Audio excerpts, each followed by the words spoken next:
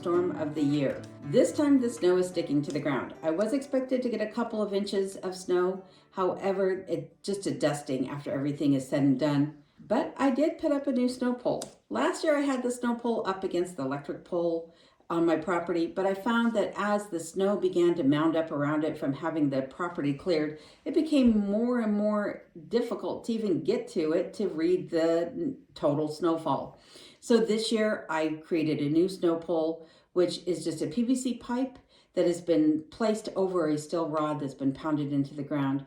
And I indicated each one of the increments with a different color of tape. There's 3 different colors for each foot, and then each half foot is marked with a thick black line. I placed this right outside of the back of the cabin, and through the loft door, I'm able to look down at it. I can zoom in with my camera to get an accurate reading of how much snow is on the ground, and I don't have to worry about any snow mounds developing around it from shoveling or having the property cleared. Speaking of installing things, last week I put up this Starlink satellite dish, and then I neglected to give you the results of the speed test. However, I'm kind of glad that I waited because I've had a week then to experience what the Starlink is actually able to do in comparison to the DSL that I've been using for the last few years. I will tell you that yes, having it installed on the wall of the cabin is causing a 36% obstruction to the satellite signal. However, that obstruction has not been that big of a deal for me.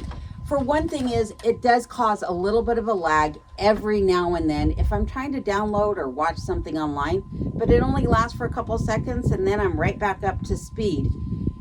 So I'm not too concerned about the obstruction. Now, Starlink does require a full view of the sky. So eventually I probably will actually wind up moving it up to the peak of the roof. And the only reason I'm not doing that yet is because I want to be able to experience what the Starlink was going to be able to do for me. And it's winter's here, as I just showed you with the snow falling. So I'm kind of glad that I put it where I have for now. The only concern I have is if I were to do a live stream, it might cause an interruption to the live stream. But I am going to keep my DSL going at least until springtime, when then I can get up there and put it on the peak of the roof.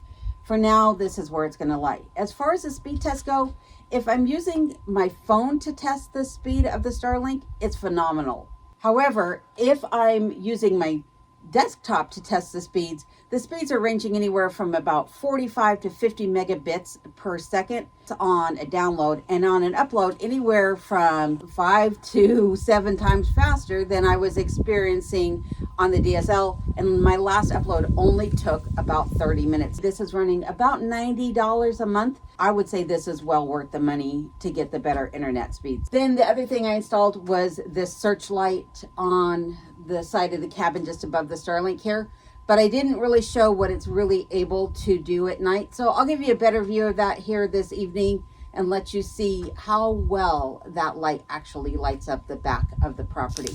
In the meantime though, let's head inside and I'll show you what I've been working on.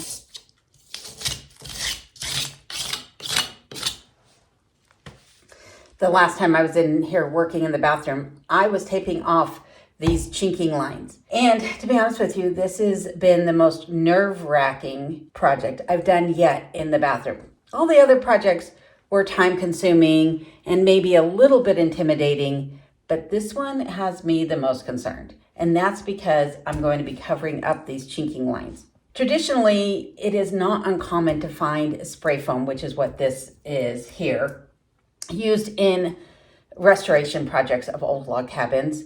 Especially where the chinking has worn away for whatever reason. They might come in on an interior wall, fill it up with spray foam, and then come back over it with mortar. That's not what I'm doing. On an exterior wall, they might use something like permachink, which is a silicone-based caulking system, if you will, for chinking lines. Again, though, I've decided to not go that route. One is because I would have had to really plan ahead and special order in what I needed. It's very difficult to find here in Alaska. Spenard's Building Supply does carry it, but they carry a very limited supply and only in a certain array of colors. And so due to budget constraints and time constraints, and also the fact that I'm doing this on an interior wall, I've decided to go a different route. But right now what I'm dealing with is shaping up these corners. When I did my rendering for this room, I noticed in the renderings that these corners were very thick, very heavy with the spray foam, and it really stood out. I'm just going in and kind of chipping away at some of the excess spray foam, thinning these corners out a little bit, giving them a better profile, and then I'll be coming back in with the treatment that I'll be putting on here. And before I talk about what I will be doing, I want to talk about some of the issues that I'm dealing with in here, in case anybody else has an old log cabin that they're restoring and you find yourself with spray foam insulation in those chinking lines. As you can see right here and going along, the chinking is not even. We have a couple of issues here. One, it's thicker in some areas from top to bottom. It dips down or dips into the wall in other areas. And then in other areas, it's sticking out along the edge of the wall as well. So as I'm taping these off, all I'm doing is finding the fattest part of the chinking. And then I'm running a piece of tape straight across there. I'll do the same thing on the bottom. And then wherever is thinner, like it is right here, I'll just be coming back in with my treatment and making all of this look uniform. So that means the treatment that I'll be putting on here is going on over the log itself.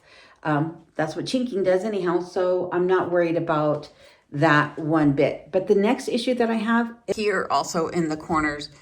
It looks like they just used some old memory foam to fill in some of these gaps. And so I'm gonna have to come along with a knife and cut all of this away, make it flush with the log so that you don't see that dirty foam sticking out from the logs themselves. It wasn't even in there. It was just held up in the front.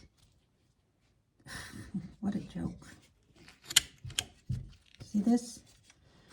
Old memory foam, and it's not even really doing anything. It's just sticking out. It's not even tucked in, really. It's not doing anything. Yuck. As I mentioned, this is a nerve-wracking process for me. And part of the reason is because if I mess up, am I going to be able to fix it? And also choosing the right color for the chinking. And my decision was based on looking at a variety of pictures online, trying to figure out what complemented the color of logs that I have in this room. When all was said and done, I decided to go with a bone-colored flat latex paint. And part of the other reason why this is a bit nerve-wracking for me is because I'm taping off on an irregular surface, hence the logs, and I'm really concerned that that paint is going to drip or run underneath the painter's tape. Will I be able to get it off if it does? I don't know. Is it going to look right when it's all said and done? Will the color complement the color of the logs that I have? These are all questions that I have, but the only way to know if what I'm thinking is going to work is to actually finish this job and then take the painter's tape and the masking paper off. I did not treat this far wall that attaches itself to the cabin because it doesn't have any of the spray foam in it. And those are D logs, where the rest of these logs are round face logs. But now that I have this all done, let's peel away the paper and take a look together for the first time at what this actually looks like. And then I can figure out, did I mess up? I don't know what you guys think, but I love it. This turned out way better than I expected. I was so nervous through this whole process, and the color was one of the things that I was nervous about, but I think it makes these logs come to life. They actually stand out now as opposed to appearing to be like one flat, dingy surface. They have a new depth to them that they didn't have before.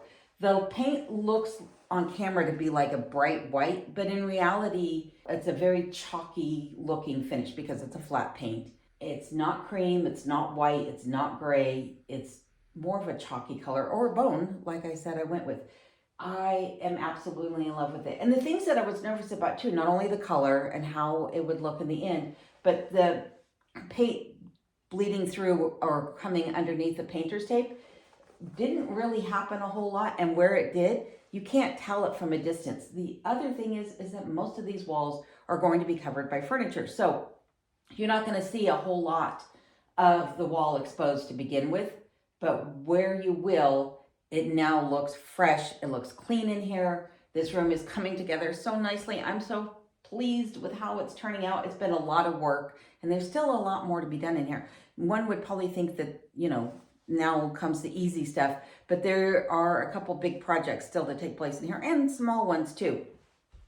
For one is, I need to add the trim along the top of the log walls. And then once I do that, I'm going to be putting flooring down in here. And then there's a couple big projects to take place after the flooring even. But let me show you what I did last night to prepare the floor. I put down some pre-mixed floor patch because there were a couple areas in the floor that were not even. This one was the biggest area right here where the floor actually sunk down. And so I needed to make it level so that when the flooring sits on top of it, there's no flex or bow in the floorboards themselves. And because it's such a large area, I just took a piece of scrap cedar to use as my trowel. I just glopped on a bunch of it and then just troweled it across with the piece of cedar. And that worked out beautifully. I had a fan sitting on it overnight. And so this is actually dry now. And then I had a couple more. I still need to sweep up in here, but this one here was another one where this floorboard or subfloor panel stood up about 1/8 of an inch from this one. And so I just ramped up some of that floor patch and got that level. And then I had a couple smaller ones over on the other side of the room there. So now that the floor has been patched and the walls are all done, it is time to put down the flooring. And so what I have chosen to go with is this. And you can see that it is a pretty good match to the color of the walls. And this is Broughton oak. I'll flip it over there so you can see this. This is Broughton oak. It's just a vinyl plank flooring that you can pick up at Home Depot. It's something that they had in stock, so I didn't have to special order it. It is a rigid plank and it is a floating floor system. And so there's no underlayment needed because it's built into the plank. Contrary to what most people would do, I'm actually going to start by laying the first plank away from the wall. And that area right in front of the wall will be actually the last board to go in. You'll see more what I'm talking about as I proceed, but for now I need to get some measurements taken in here so I can figure out where square is, because we know no construction is 100% square, and especially not an old cabin like this, as I've already discovered. Nonetheless, this being here that is on this wall behind me is going to be my starting point, because it happens to be the same thickness as one of these planks is. And so in order to minimize the number of cuts that I'm going to need to make in this floor, I'm going to start by laying down a number of planks so that I know where to actually start my floor at. And again, that's because I'm actually going to start it away from this wall so that when I go to put in the very last plank, which will actually be what touches this wall, it'll be scribed to that wall, and everything else is going to be straight in this room. I've actually used my laser line to help me figure out where straight is in here. Even though I took the measurements of the room, I decided the easiest way to do it was to just get a straight line through the middle of the room based upon this beam. Now I'm going to take these pieces of scrap floor plank that I just scored and broke, and I'm going to actually screw these down, abutting up to that first run of floor planks that you see there, and that's going to keep my floor from moving towards the wall and keep everything square as I proceed. So everything from here on out should go fairly quickly. Fingers crossed.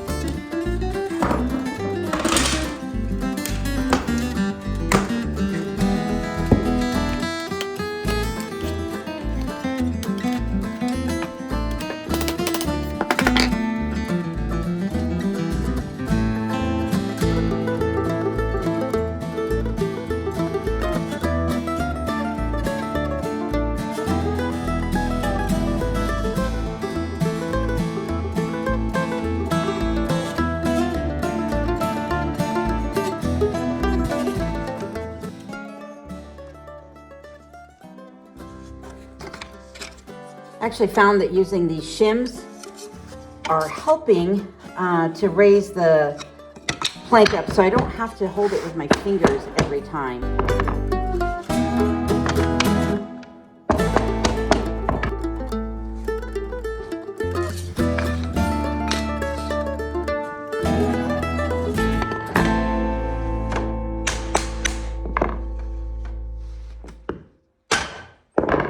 Oh, do not hit your thumb. Oh, that hurts. My plan failed. It appears that as I was pounding in each plank, I moved the whole floor 1 inch towards the window. And because of that, I'm an inch off here, as you can see. So what I did is I wound up using some of my draftsman's tools here to scribe around the log. I just used this tool. I'm not sure if I showed this in my last video or not, but I used this to create some of the cutouts I needed to do for the beams as they went around some of the logs. But this tool just bends, it's flexible, and then holds whatever shape you bend it to. So I put this around here, measured how far out I need to come, and then I just used my jigsaw to cut this. This piece is gonna have to be put in before the next piece, because I'm gonna have to put it in and pound it back, I guess. But I'm also gonna have to scribe on this one, because as you can see, when I put this other board up here, but there's a gap still here on this side. So unfortunately, it didn't quite work, but scribing it and using the jigsaw wasn't that bad. And all the funky cuts are gonna get covered up anyhow by the baseboard trim. I worked overnight and I still didn't get the floor done. It took me about 10 hours to get done about 3/4 of the floor. A lot longer than I expected. I expected it only take me a few hours, like maybe 3-4 hours max. It was 10 just to get that part done. So I'm gonna finish these few rows here, and then I have the fun job of scribing this very narrow strip along this wall and the same thing on the far wall. Now that I've got a full run of planks down on top of the existing last run, lined perfectly on the edge here, I'm going to take a full width section, so it's got both edges on it, and I am going to line up a scrap piece here with the edge of my subfloor. If you had a room that had a traditional straight wall on it, you could just butt this piece up to the wall. But because I'm going up against these logs, and I don't necessarily want the floor touching the log, I'm going right up to the edge of my subfloor here. So I'm going to put this scrap piece in, hold that up against the edge of the subfloor, and then I'm just going to carefully take a pencil and mark out my line as to where I need to scribe.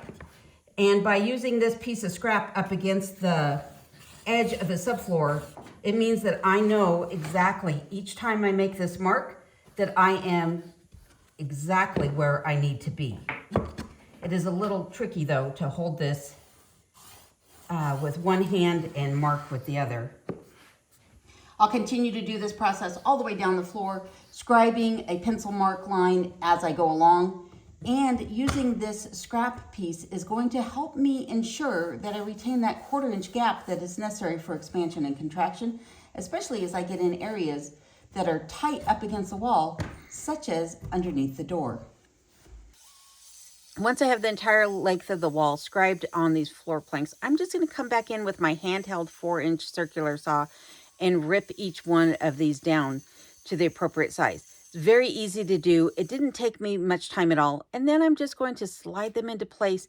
They're actually going to get locked in tight by using this pull bar and the hammer.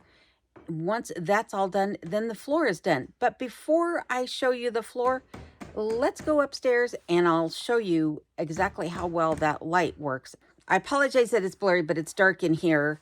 And before I show you the light outside, I do want to do a little bit of housekeeping on the channel. So first off, I want to say thank you to everybody for joining me for all of the bathroom construction that's been going on. But I promise you, I will be getting back to doing normal weekly vlogs about my life here in Alaska. That is what this channel is really about. It's not about construction, though I have been overwhelmed and obsessed with getting this bathroom done. So before I move on to the next construction project, which is probably going to be the stairs, I'm going to take a little break from that and get back to just doing vlogs about what my life in Alaska is about. So I want to thank everybody, though, who has been enduring these bathroom construction videos. And I also want to thank those of you who have been sending in gifts. I have received a couple of things. One is I received this frame from Alita. So thank you, Alita, for this. And Joan Pavalier also sent me a gift, but I'm not supposed to open it until November. So I will say thank you now in advance. I also want to say thank you to all of you who have given super thanks, super chats, PayPal donations, or have joined the membership pages. I appreciate all of you. But without further ado, let me show you how the camera works, and then we'll go downstairs and I'll show you what the bathroom looks like now. First things first is there is a little bit of an aurora going on again tonight.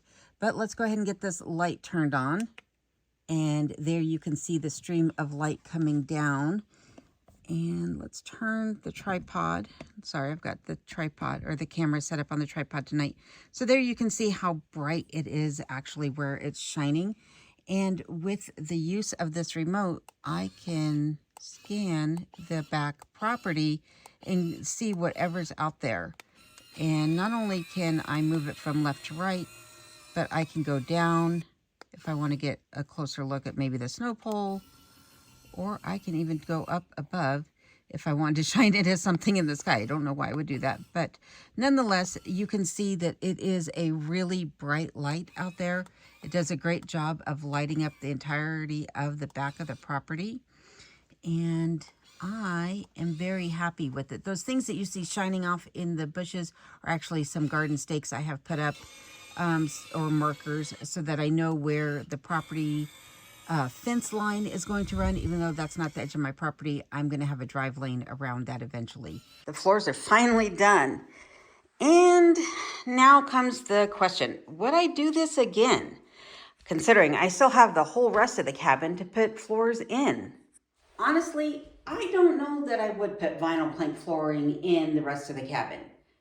Especially not dark floors. I don't know if you can see behind me, but every footprint shows up on this floor. My blonde hair shows up on this floor. Every bit of dust is showing up on this floor. Even when I vacuumed the floor, the wheels from the vacuum left tread marks on the floor. So yes, I would come back over and wash these floors, but daily traffic is going to show up. So definitely not dark floors. The other thing is that this floor is not perfect. Granted, I'm not a professional floor installer. This is only the second floor I've ever installed in my entire life. But it has some of the same defects that you would see with the engineered laminate flooring, especially of the early onset of that type of flooring. For example, if the setting block slipped, then it chipped the finish on the edges, which means I need to come back in and fill those in somehow. Maybe a Sharpie or a magic marker would be permanent enough that it wouldn't wash away, but I highly doubt it, considering this is a plastic substance. The other thing is that in some of the seams, you can see the seams. And let me show you exactly what I'm talking about. For example, this seam right here can be seen from any point in the room. And I had another one that was just right here, and I fixed it by using my pull bar and tapping it back into place. So I could do that here, but it means that even if I tap these seams in tight, as the floor expands and then contracts, those seams are going to open back up. And so it's almost pointless for me to go through and try to make every seam perfect. But the other thing is had I known that the seams were going to be visible in certain lighting, I would have run my floor a different way. maybe starting on the opposite wall and coming back this direction. Because as I progressed across the floor, I couldn't see some of these seams running along the horizontal sides. But once I swapped sides, I could clearly see the seams standing out, even though they're set in place firmly. For example, you have that stair step there, this stair step here, that little seam right there. When coming to the other side of the floor, those seams are not visible. Considering the traffic is going to come in from that door there and this area right here where those stair steps are obvious is not going to have any covering on it. There's not going to be a rug there. That means that every time I see it, I'm going to be annoyed by the fact that I can see these white lines in the floor. I know, maybe I'm being a bit too particular as usual, but it's something that I have to live with. So when it comes to doing the rest of the cabin, I don't think vinyl plank flooring is what I'll put down. Maybe it will be, but it definitely won't be in a dark color. Now, when it comes to these chinking lines and having painted them with the flat latex paint, absolutely, I would do that again 100% if I had to. Not planning on ever having another log cabin, considering this is the cabin that I've chosen to live in for the rest of my life. But this I would do again if the opportunity ever did arise. But until next time, please enjoy these videos, and I'll see you again on the next one.